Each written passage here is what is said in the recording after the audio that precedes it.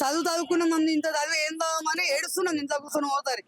కానీ ఏం చేస్తాం, మన అదృష్టంలో లేదేమో, ఉన్నోళ్ళకే వస్తుందేమో, జాతు ఉన్నోళ్ళకే ఇస్తారేమో అన్నట్టు అయితే ఉర్రు పెట్టుకొని చనిపోయిన వాళ్ళు, తలగబడి చనిపోయిన వాళ్ళు, డ్యూటీలు వస్తాయని ఆఖరికి వస్తే ఎగ్జామ్ రాయడం ఉంది కానీ రాసిన తర్వాత మార్కులు తక్కువ కావడం, రాయకపోవడం, మీరేంది బీసీ ఎస్సీ ఇది మాట్లాడుతున్నారు.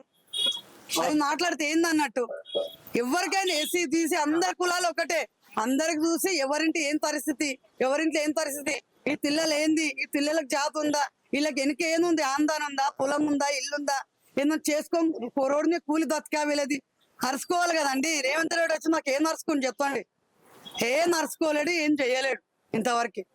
నేనైతే ఇంతవరకు అయితే అనుకుంటున్నాం రేవంత్ రెడ్డి వచ్చింది కానీ ఉన్న వాళ్ళకే చేస్తుండు, లేని వాళ్ళకి చేస్తలేడు. మా పిల్లల మటుకు ఇంతవరకు మాలాంటి పిల్లలు, మా తల్లిదండ్రులు తేదంటి వాళ్ళ పిల్లలు చాలా మంది చదువుకున్న వాళ్ళు, డిగ్రీ అంతా వేసిన వాళ్ళు ఉన్నారు. కానీ వచ్చిన వాళ్ళకే వస్తున్నాయి జాతులు, ఇచ్చే వాళ్ళకే ఇస్తుండు.